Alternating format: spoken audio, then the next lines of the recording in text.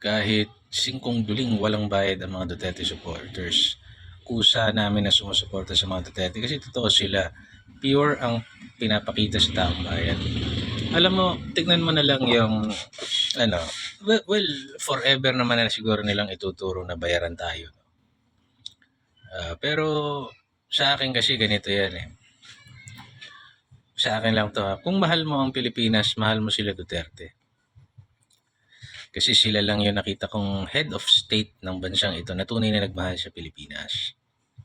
Sa opinion ko. Mas inuuna nila yung kapakanan ng taong bayan kaysa sa kapakanan ng oligarko. At saka ang alam naman na ng mga pinklawan to o ng mga bata ni Bongbong o kung sino mang naninira sa Duterte. Alam naman nila to. Kahit ako kunwari, baka Duterte ako ng Duterte, di man ako makakalapit sa kanila. Di nila style yun. Ni kahit na walang kapalit yung mga ginagawa namin kasi sinusuportahan namin sila Duterte dahil mahal namin yung bayan. Minahal nila yung bayan eh. Di ba? Mahal nila yung bayan eh. So, doon ako. And tingnan niyo si Marcoleta. Marcoleta is not a Duterte supporter. May sarili siyang isip. May ginagawa niya lang yung trabaho niya. Ganun siya. Kaso, consequently, sa kanyang interpretasyon ng batas bilang isang abogado, bilang isang sa pananaw ko ay matuwid na mambabatas. Laging dun siya.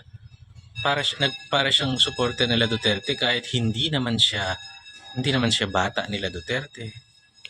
May sariling pag-iisip siya. Bakit?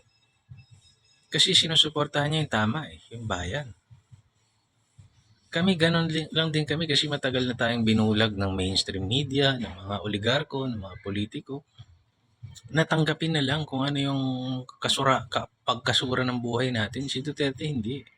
Pwede naman pala ayusin. Yung mga mayayaman, kailangan nila ng exclusive subdivision, highly guarded, taas na security with CCTVs, everything just to make them safe na lumabas-labas sa bahay nila at mag-jogging-jogging. Tayong Pilipino, kaya rin pala natin yun dahil ginawa ni Duterte safe yung mga komunidad. Yun yung ayaw ng mga tanga na to eh. Yung mga NPA na lang. Ayaw nila ng safety kasi kumikita sila sa controversy, kumikita sila sa kaguluhan, may funding yung kaguluhan nila. Iba-iba ang tasking nila, manggulo. Manggulo ka sa AFP, manggulo ka sa ganito, yung iba namumundok, yung iba maging mambabatas ka, manggulo ka doon. Ganun ang tasking ng mga yan eh. Yung mga demonyo, yung mga sindikato, ang gusto niyan manggulo, maghasik ng lagim, ng takot sa sambayanan. Di ba? Si Duterte hindi ganon. Basta protektahan ko yung sambayanan ko. Ganon siya. Di ba? Kahit Amerika, murahin niya. China, hindi ko kayo murahin kasi kapitbahay lang namin kayo. Puta, baka banatan kayo eh. Di ba? Baka kawawa yung mga sundalo natin. Di ba? Kasi yung mga politikong kilala ninyo at saka yung mga mayayaman aalis lang yan ng bansa. Pag nagkagulo, aalis lang yan dito. Pag nagkagera kunwari dito, aalis lang yung mga yan. Sarap buhay yan sa abroad. Babalik yan dito pag patay na tayong lahat. Kukunin nila lahat ng ari-arian natin. Bahagi na ng korporasyon nila o ng estate nila. Ganun naman yung style ng mga putang ina mayayaman na yun eh. Kaya gusto nila ng gulo, hindi sila affected. Lagi silang may escape plan. Tapos pagbalik nila sa ruins,